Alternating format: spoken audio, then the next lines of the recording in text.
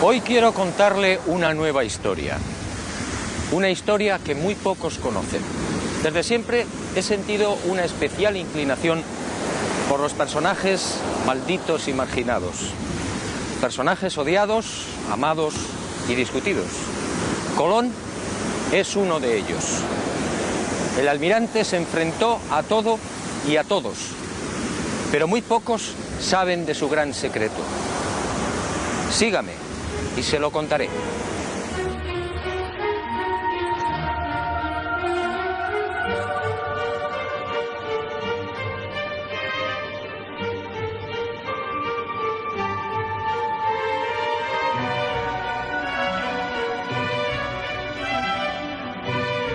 Como decía, siempre me intrigó la tozudez del almirante.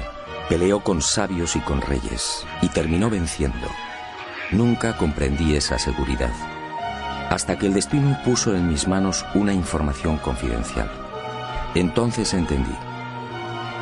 Y la imagen de Cristóbal Colón apareció ante mí en su auténtica dimensión. Un Colón frío, calculador, ambicioso, sin escrúpulos y en posesión de un secreto que no era suyo. La historia, una vez más, fue manipulada. Todo empezó en estas costas de las islas portuguesas de Porto Santo y Madeira hacia el año del Señor de 1476. Mejor dicho, la historia arranca mucho antes y en otros parajes muy distintos. 500 años antes, hacia el 990, los vikingos ya habían mantenido un tráfico regular entre Groenlandia y las costas del norte de América.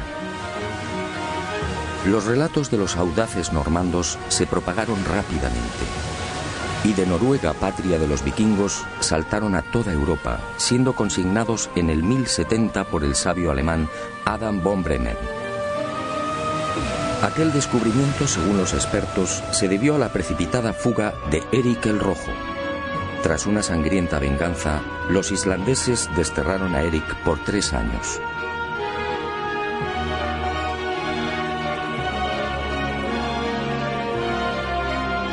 Y el Rojo se embarcó rumbo al oeste con su familia y un puñado de seguidores.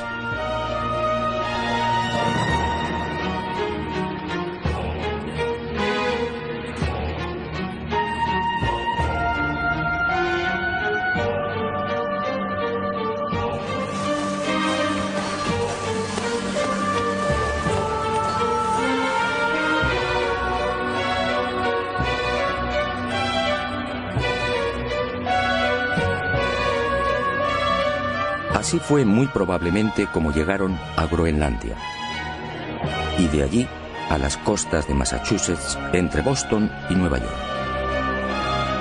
En 1311 otro audaz pueblo, el Mandinga, ubicado en las costas del África Occidental, se aventuró igualmente en el océano, y el rey Abubakari II, al frente de 2000 piraguas, tocó tierras americanas.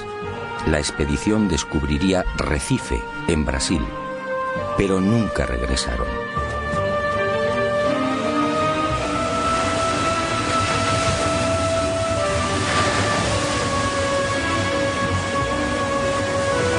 Mucho antes que vikingos y mandingas, otros pueblos supieron también de la existencia de América.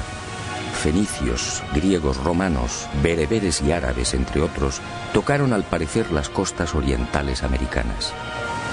Colón, en efecto, fue el último.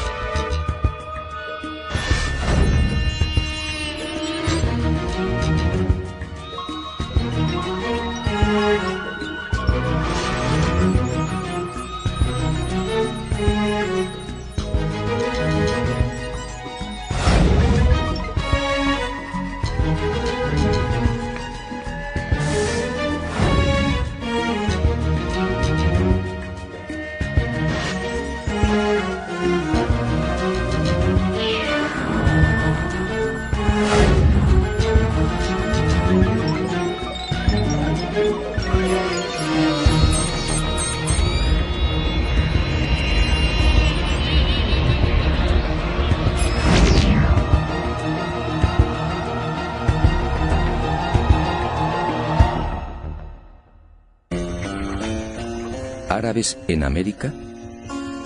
A principios del siglo XVI, Fernández de Oviedo, gobernador de la Castilla del Oro, escribe sobre algo realmente insólito. Oviedo afirma que los naturales llamaban Kebi al cacique. Kebi en árabe significa grande. Y asegura también que aquellas gentes rezaban en mezquitas. Así consta en sus crónicas. ¿Cómo entender esta presencia árabe en América antes de 1492?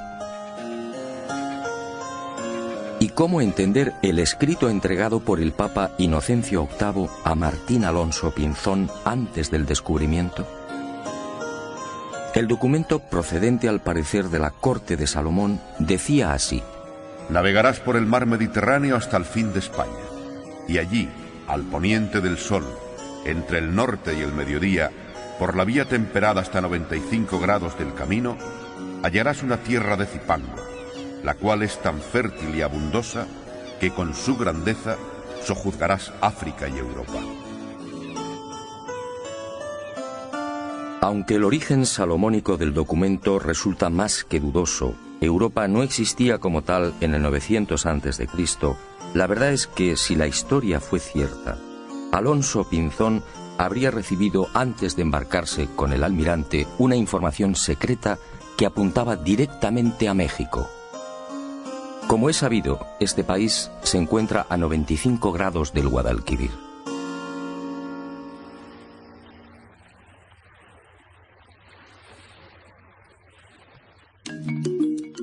Pero más intrigante aún es la existencia de maíz en tierras del sur de España antes de 1492.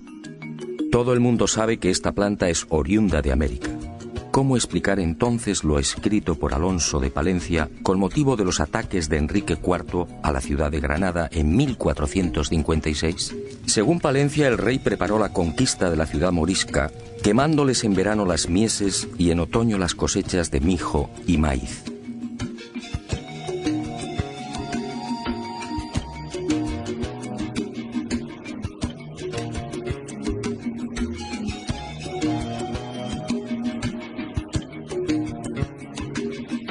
¿Y cómo explicar los aranceles de descarga registrados en los puertos de Barbate, Vejer, Conil y Chiclana, al sur de España, en los que años antes del descubrimiento se hace expresa mención de la manegueta, la guindilla que se cultivaba en Chiapas, en la actual Guayana Francesa y en Jamaica? Unos comprometedores aranceles de descarga, en los que también se pasa lista a otras mercancías típicamente americanas. Aranceles, insisto, redactados antes de 1492. ¿Quién transportaba esa mercadería?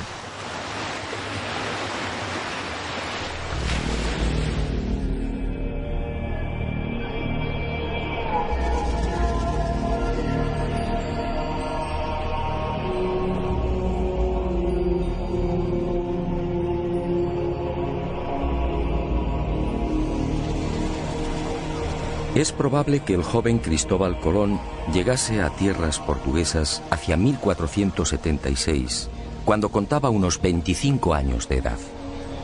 Procedía de una familia humilde. No poseía otra ilustración que las primeras letras. Fue a raíz de su estancia en Portugal cuando empezó a leer y a cultivarse.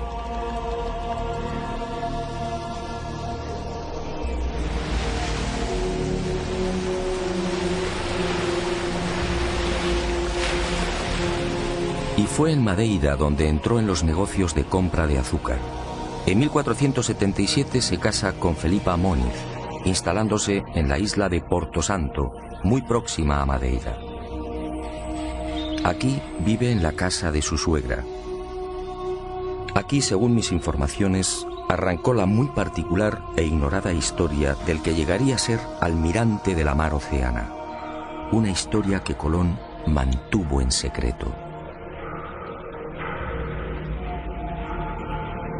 Aquí, Colón escucha de boca de marineros y pescadores una serie de extrañas y enigmáticas leyendas, unos relatos que encienden la mecha de su pasión por la mar.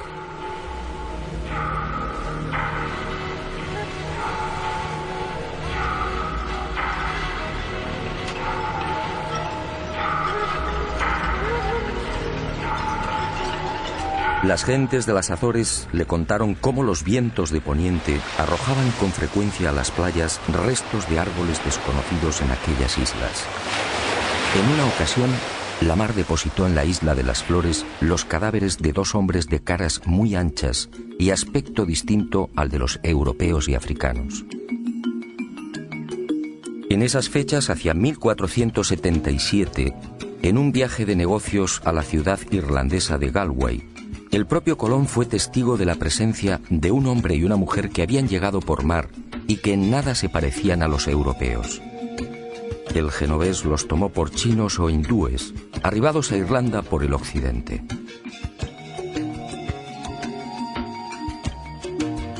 Estos avisos, decisivos diría yo, siguieron llegando a oídos de Colón. Los pescadores del Cabo de la Vela le pusieron igualmente al tanto de otra singular visión. No hacía mucho se habían cruzado con varias y enormes almadías. Todas disponían de casas de madera y eran gobernadas por gentes extrañas. Pedro Correa, su cuñado, multiplicaría el entusiasmo de Colón por el misterioso occidente con otra noticia de parecido corte. Él mismo había sido testigo de la aparición en las playas de Porto Santo de otro madero labrado y de unas cañas tan gruesas que, de nudo a nudo, podían contener 9 garrafas de vino. Unas cañas nunca vistas en Europa y África.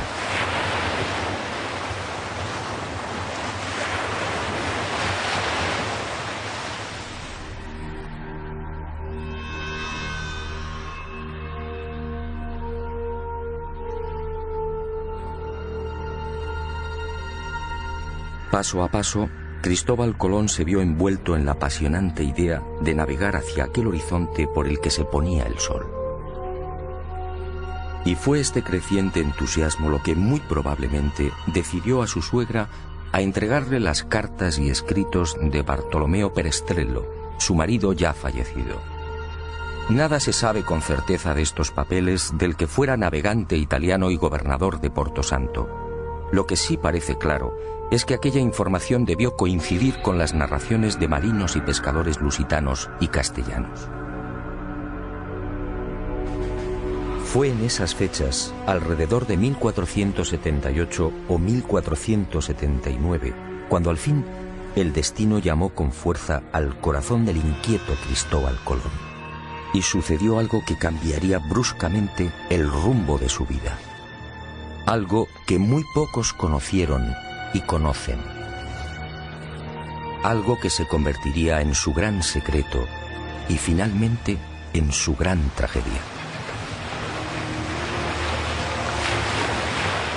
En esos años, la mermada tripulación de una carabela casi desguazada arriba casualmente a las costas de Porto Santo. Son hombres enfermos y maltrechos.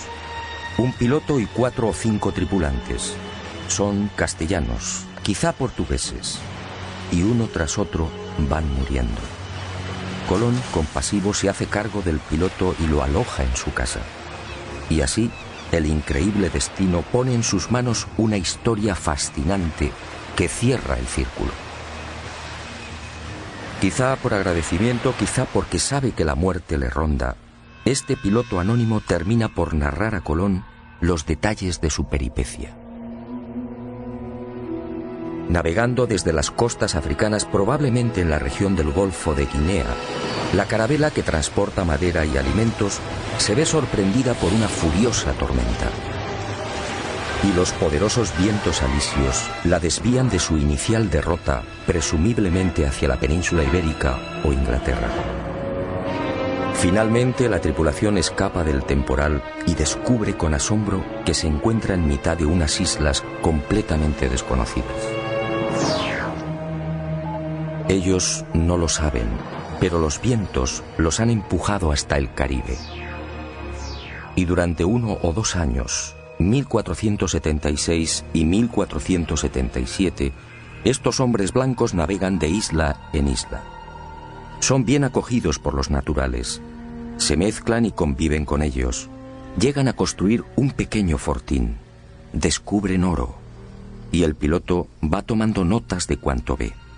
registra perfiles, ensenadas y montes, calcula leguas y distancias, reseña marcas y referencias, hasta que un día aquel paraíso se convierte en un infierno.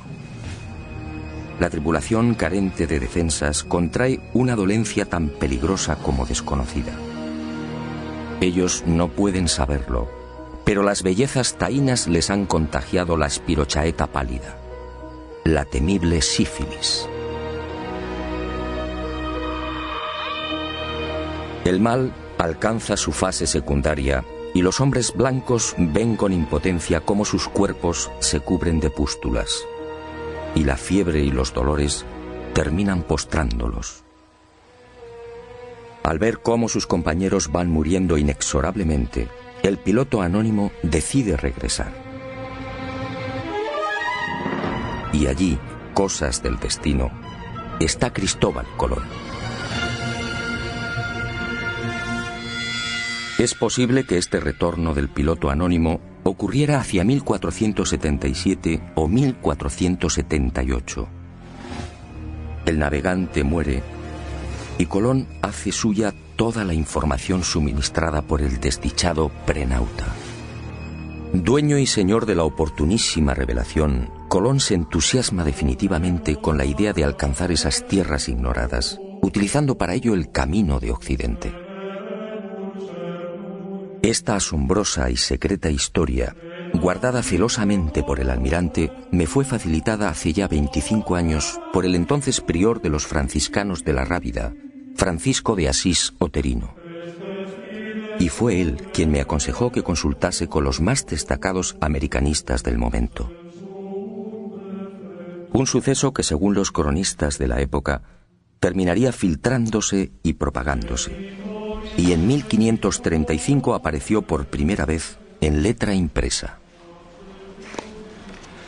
Todo cuanto me reveló el prior de los franciscanos se vio ratificado con creces. Uno de los expertos que profundizó con mayor ahínco y rigor en el secreto de Colón fue el catedrático español Juan Manzano y Manzano. Él, en definitiva, me lanzó al ojo del huracán de este decisivo suceso. Por más que indagué, no fue posible averiguar la identidad o la nacionalidad de este piloto anónimo. Los cronistas de aquel tiempo hablan de un portugués o castellano, quizá vizcaíno. Antonio de Fuentes y Guzmán arriesga un nombre, Alonso Sánchez de Huelva, que dice fue el piloto que dio los papeles a Colón. Lo que sí es seguro es que a partir de 1478, unos 16 años antes del descubrimiento oficial, Colón se convierte en un obstinado defensor de la vía occidental hacia las Indias. Una tozudez enraizada en la apropiación de algo que no era suyo.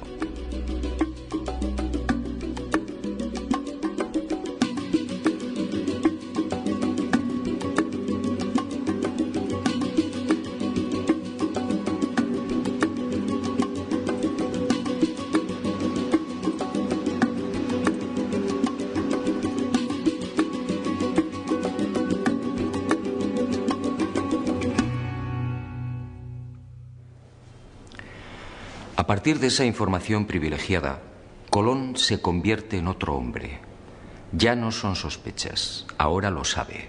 Navegando por el mar tenebroso siempre hacia el oeste, encontrará nuevas y ricas tierras. Pero, ¿qué tierras eran esas? Y Colón emprendió una febril búsqueda, consultando los textos clásicos y los escritos de sus contemporáneos. Se sumergió impaciente en el Imago Mundi y en las páginas de la Historia Rerum. Estudió la Biblia, el Libro de los Reyes, la glosa ordinaria de Nicolás de Lira, Aristóteles, Isidoro, Marco Polo y un largo etcétera. Y en los márgenes de estos libros fue anotando reflexiones, dudas y certezas. Fueron tiempos difíciles y angustiosos. Hasta que un día el caprichoso pero sabio destino puso en sus manos una carta geográfica y unos documentos.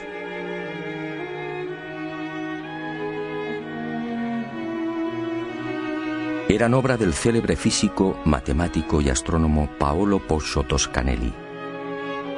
El 24 de junio de 1474, 2 años antes de la llegada de Colón a Portugal, el canónigo lisboeta Fernão Martins recibía una carta desde Florencia. Era una misiva de su amigo Toscanelli.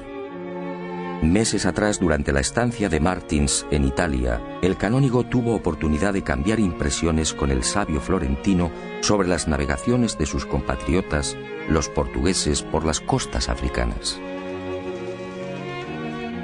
Los lusitanos llevaban tiempo intentando alcanzar las regiones orientales de las Indias, donde al parecer se hallaban las famosas islas de la especiería. Y Toscanelli le anunció algo insólito. A las Indias se podía llegar por un rumbo distinto al que pretendían los portugueses. Bastaba cruzar el mar tenebroso, siempre hacia el oeste. Martins quedó impresionado. Expuso las revolucionarias ideas de Toscanelli al rey de Portugal y sin demora Alfonso V solicitó más detalles. Y ese 24 de junio de 1474 llegaba a Lisboa la mencionada carta de navegación y los documentos de Toscanelli, en los que aseguraba que navegando derecho por poniente está pintado el comienzo de las Indias.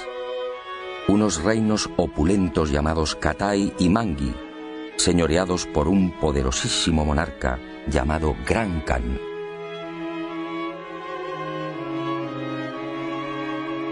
No es difícil imaginar la sorpresa y alegría de Colón al leer y repasar estos documentos de Toscanelli. Allí estaba la confirmación a lo proporcionado en secreto por el piloto anónimo. Las ideas de Toscanelli y las pistas halladas en las restantes lecturas redondearon finalmente el gran proyecto colombino.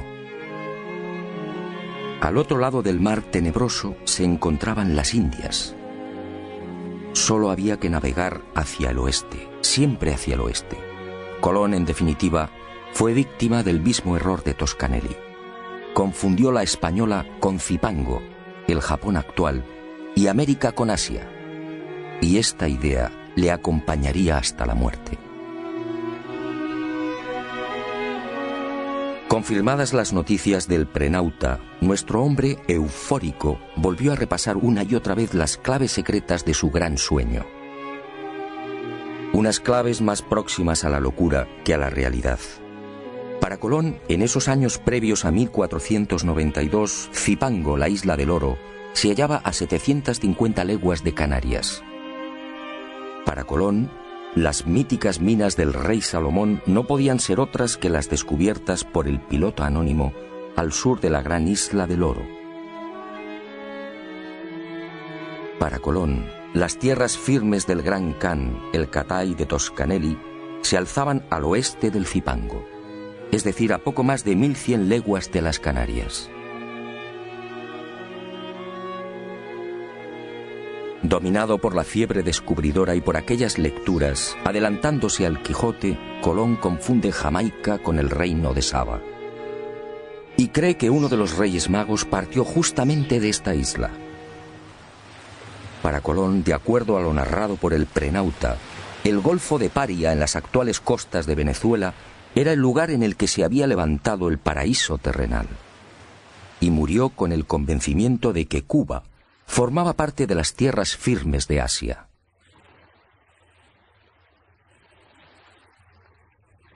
Y con el ambicioso proyecto descubridor perfectamente armado, Colón pasó a la acción. Sus primeros movimientos prudentemente lo llevaron hasta la región de Guinea. Pudo ser en 1482 o 1483. Quizá con la excusa de un viaje de negocios se embarca y recorre las aguas del Golfo africano.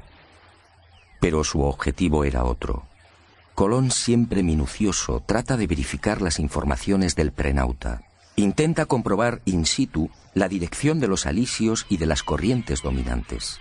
El piloto anónimo estaba en lo cierto. Vientos y corrientes marinos empujan a los navíos hacia poniente. Y sin demora, Cristóbal Colón ofrece su sueño al rey portugués. Corría el año de 1484. De haber aceptado su propuesta, el futuro almirante de la mar Océana habría partido desde Cabo Verde en el mencionado Golfo de Guinea.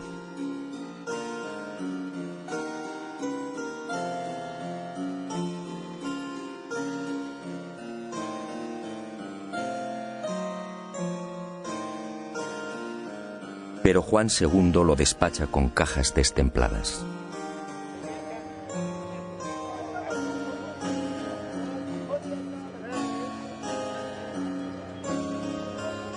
Colón desaparece y se traga la rabia.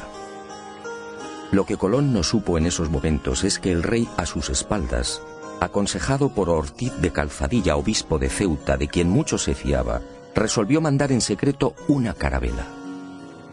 Así lo cuenta Hernando, hijo de Cristóbal Colón. Pero la carabela enviada con brevedad a las islas de Cabo Verde no halló lo que dijera Colón. Y el proyecto colombino, como el de Toscanelli, fue olvidado por Juan II.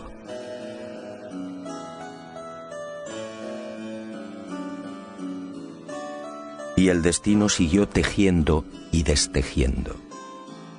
Colón supo de la turbia maniobra del rey portugués, y a esta decepción se sumó la muerte de su mujer y la pésima marcha de los negocios.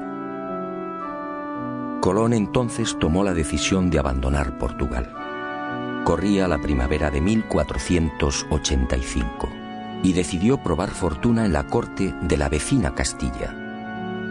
Pero antes, apremiado por la escasa bolsa, viajó a Huelva, encomendando a su joven hijo, Diego, a los cuidados de Violante Móniz, su cuñada.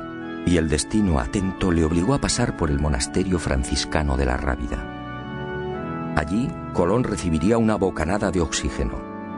Uno de los frailes, Antonio de Marchena, se entusiasmó con la idea.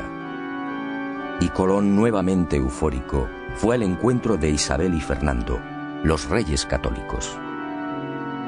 Nueva decepción. Nadie le cree. La llamada Junta de Salamanca rechaza el proyecto. El testimonio del doctor Rodrigo Maldonado de Talavera, miembro de esta junta de sabios y expertos, resume el sentir general. Este testigo, con el prior de Prado y con otros sabios y letrados y marineros, platicaron con el dicho almirante sobre su ida a las dichas islas, y todos ellos concordaban que era imposible ser verdad lo que el dicho almirante decía.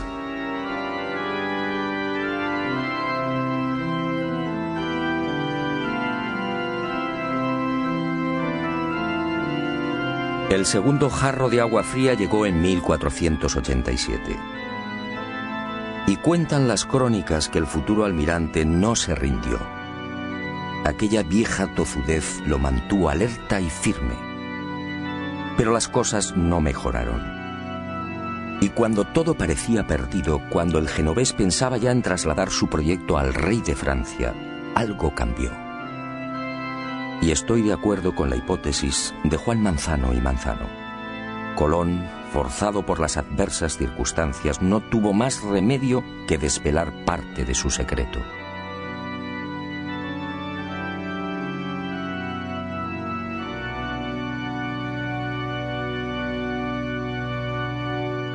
Y en abril de 1492, finalmente, Cristóbal Colón triunfa.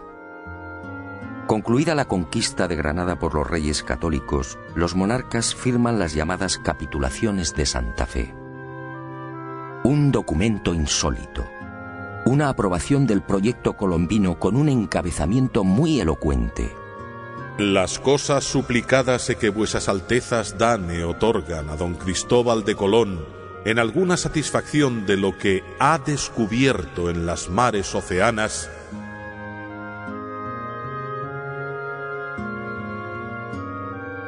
¿de lo que ha descubierto? Estábamos en abril de 1492. La increíble concesión solo puede explicarse por lo ya mencionado. Colón tuvo que confesar parte de lo transmitido por el desdichado piloto anónimo. Pero obviamente silenció la fuente y mantuvo como suyo lo que era de otro. Pero hay más. En esos sospechosos documentos previos al gran viaje descubridor, los reyes católicos, al entrar en detalles, cometen 3 indiscreciones que confirman cuanto sostengo. Conceden a Colón los títulos de virrey y almirante y le otorgan 1/10 de cuanto se consiga en esas tierras incógnitas. En buena ley todo esto debería de haber llegado después. Y al proceder a la requisa de las necesarias naves, ordenan lo siguiente: para ir a ciertas partes de la mar Océana. Evidentemente los reyes católicos tenían una información privilegiada. El tercer desliz es mucho más elocuente. Al designar a Diego Rodríguez Prieto como el hombre que debía facilitar las carabelas, la ordenanza real fija su sueldo en 4 meses. Y me pregunto, ¿cómo sabían los reyes católicos la duración del viaje en aquel abril de 1492? Resulta muy sospechoso que solo se equivocaran en 2 semanas. Y llegó el gran viaje. Y con él, y con las siguientes singladuras, Cristóbal Colón terminaría descubriendo sus cartas. Unas cartas marcadas.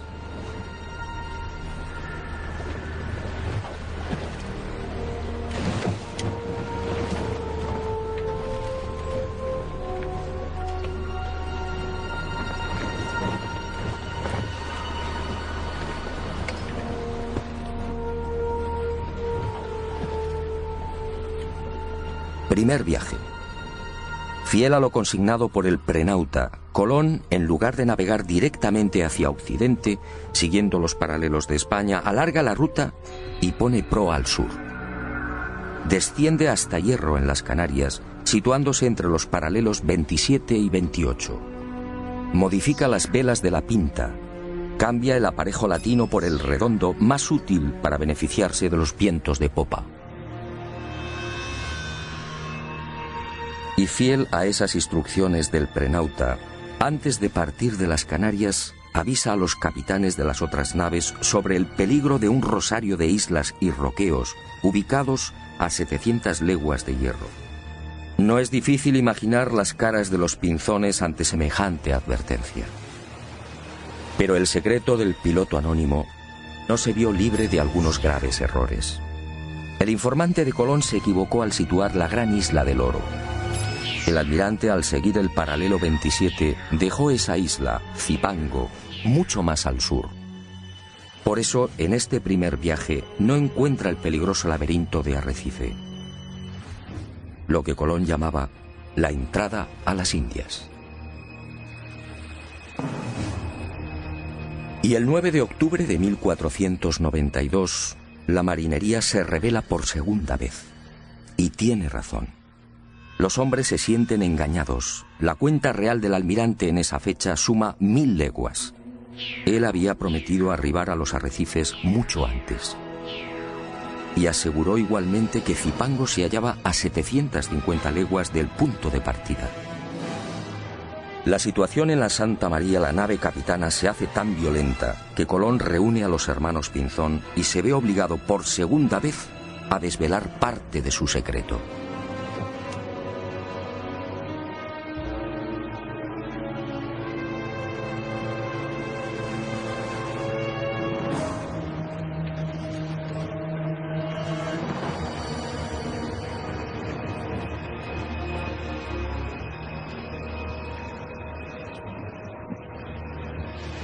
Colón consigue calmar los ánimos y recibe un último plazo de 3 días. Si para entonces no han hallado tierra, regresarán.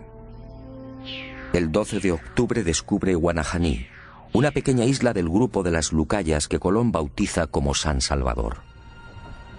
El almirante, perplejo, no comprende. ¿Dónde ha estado el error? ¿Por qué no han desembarcado en Zipango?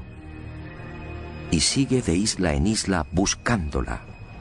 En esos días angustiosos, uno de los ocultos objetivos de Colón se destapa con violencia. Al almirante solo le interesa el oro.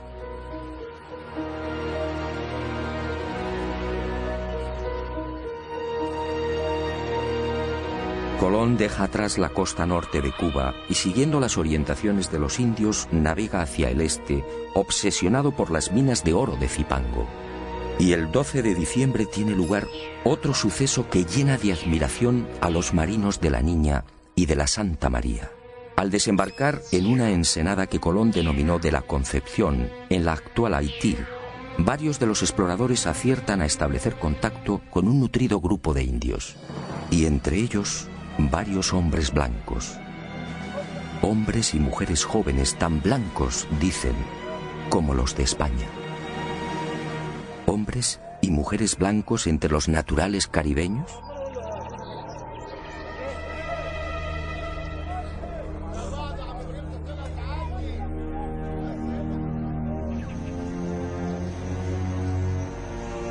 Los conquistadores quedaron asombrados, sí, pero no Colón.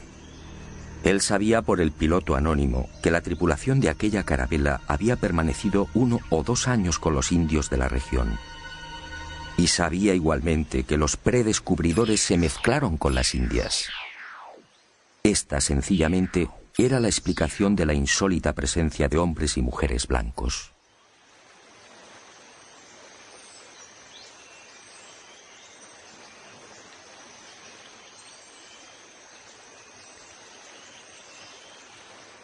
Y Colón por fin avista su gran objetivo. Era el 4 de enero de 1493. Allí estaba la señal que le proporcionara el piloto anónimo. Un cerro inconfundible, con un perfil muy particular y prácticamente asomado a la mar. Montecristi.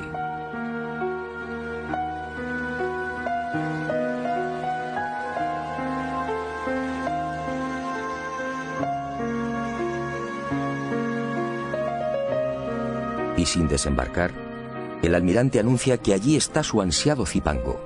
Allí, a escasas 20 leguas de la costa, se encuentran las ricas minas de oro. Y la marinería, perpleja, se rinde ante las supuestas dotes proféticas del almirante. ¿Dotes proféticas? Por supuesto que no. Y en marzo de 1494, en el segundo viaje, al descender a tierra y explorar el valle del Cibao, Colón vuelve a cubrirse de gloria ante sus atónitos hombres.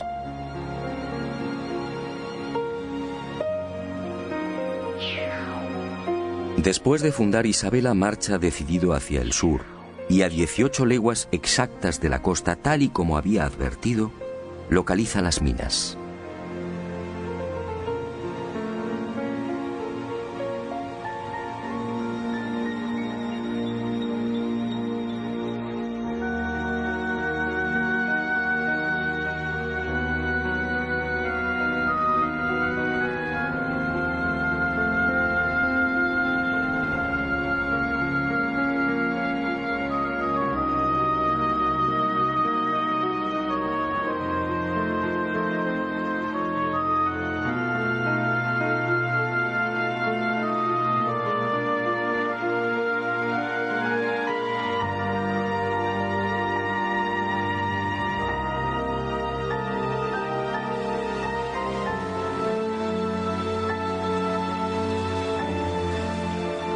Tal y como le anunciara el prenauta, aquí mismo, los expedicionarios encuentran un nido de paja con 3 balas de lombarda.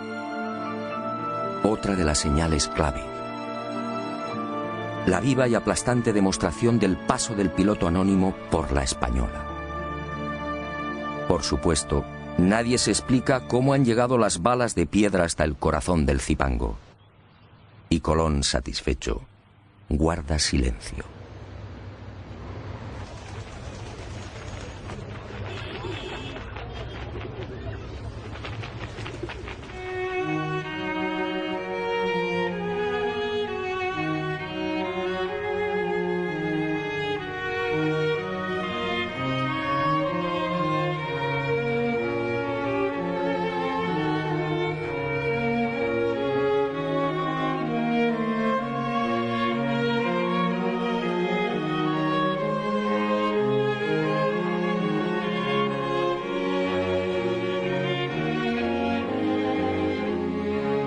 Y fue también en ese segundo viaje cuando Colón, al aproximarse a la actual Jamaica, reclama la atención de la marinería y dijo: Señores míos, os quiero llevar al lugar de donde salió uno de los 3 magos que vinieron a adorar a Cristo, el cual lugar se llama Saba. Y cuando los españoles desembarcaron y preguntaron a los nativos, estos replicaron que la isla se llamaba Sobo. Entonces, el almirante explicó que Saba y Sobo eran la misma palabra, pero que los indios no la pronunciaban bien. El reino de Saba, otra de las obsesiones de Colón. Y todos, una vez más, se preguntaron, ¿cómo sabía el almirante el nombre de aquella isla sin haber puesto el pie en ella? La respuesta es elemental. Lo sabía por el piloto anónimo. Y conforme siguieron los viajes de exploración, las supuestas dotes proféticas del almirante dejaron sin aliento a cuantos le acompañaron. Así sucedió también en el segundo viaje. Durante esa larga travesía, Colón se sacó una molesta espina. En el primero, como se recordará, no pudo dar con el peligroso laberinto de Arrecife. En noviembre de 1493, en cambio, consiguió avistar la ansiada entrada a las Indias, tal y como le había referido el piloto anónimo. Allí encontró Matininó y Cariz, las islas de las Amazonas y de los caníbales, y las bautizó con los nombres de Guadalupe y Dominica respectivamente. Y fue en Guadalupe donde se registró otro desconcertante suceso que, supongo, hizo sonreír maliciosamente a Colón. Los españoles, al penetrar en una de las aldeas, fueron a topar con dos objetos imposibles: un codaste y un cazuelo de hierro. El primero, la pieza recta y vertical que remata la nave por popa, nada tenía que ver con las canoas utilizadas por los indios. En cuanto al cazuelo, ¿qué pudieron pensar los españoles? Los naturales no conocían el uso del hierro, y el almirante, como digo, sonrió para sus adentros. Aquellas piezas solo podían tener un origen, el que usted y yo estamos pensando: el Prenauta. Colón, prisionero de la vanidad, debió disfrutar lo suyo con estos hallazgos y profecías. En ese segundo viaje, después del alarde desplegado frente a las supuestas costas del reino de Saba, el almirante repetiría la hazaña. Ocurrió cuando navegaba al sur de la Española. A cosa de 7 u 8 leguas de tierra fueron a divisar un montículo. Y Colón, con una seguridad que desarmó a su gente, afirmó que aquel era el lugar llamado Ofir, los montes todos de oro, las célebres minas del rey Salomón.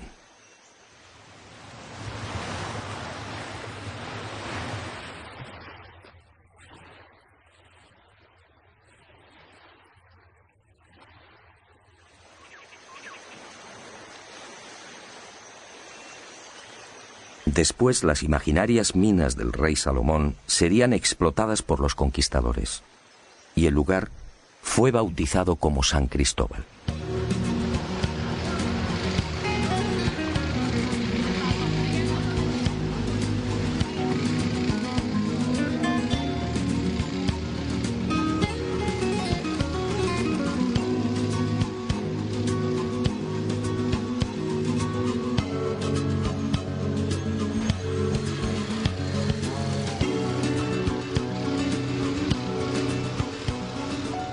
Pero la locura del almirante no se detuvo ahí. El piloto anónimo le había informado también de un increíble lugar en el que los ríos procedentes de una montaña desembocaban en un enorme lago, produciendo un gran estrépito al chocar con la mar. En el tercer viaje a las Indias, en 1498, Colón busca ese territorio situado a cosa de 50 o 70 leguas al sur de Zipango, según el Prenauta. Y lo encuentra. Es el Golfo de Paria, al norte de la actual Venezuela. Descubre el lago, los ríos y queda maravillado al escuchar el fortísimo ruido provocado por la reunión de las aguas dulces y saladas. Y la imaginación, basada en las lecturas del Imago Mundi, le lleva a identificar aquel lugar con el paraíso terrenal. De hecho, lo bautiza con el nombre de los jardines, en recuerdo del jardín del Edén, y murió creyendo que había pisado la sagrada patria de Adán y Eva. Colón, en efecto, disponía de una información secreta y privilegiada, y la utilizó sin escrúpulos incluso para programar los viajes de vuelta a España. El primero sirve de claro ejemplo de lo que afirmo. Aquel 16 de enero de 1493, cuando toma la decisión de retornar, pone rumbo nordeste, cuarta al este. Busca el paralelo 38 frente a las costas de Virginia y desde allí, sorteando los alisios, se dirige al este. Los fuertes vientos del oeste y la corriente del Golfo lo desplazan hacia Europa. Y Colón termina desembarcando en Lisboa. ¿Cómo pudo saber que debía navegar hacia el norte? ¿Por qué evita el rumbo que había mantenido con tanta tozudez a su salida de Hierro? Colón no conocía la zona. Nada sabía de la corriente del Golfo. Y sin embargo, acertó.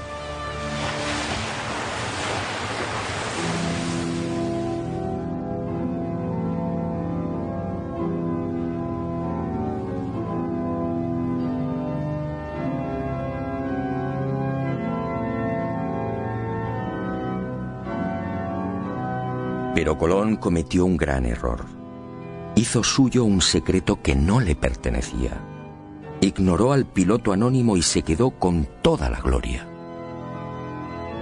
Y el destino implacable pasó factura.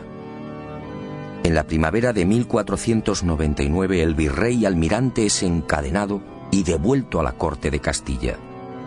Y sus privilegios desaparecen. Poco después, el 20 de mayo de 1506, muere en Valladolid. Y muere olvidado y en la ruina.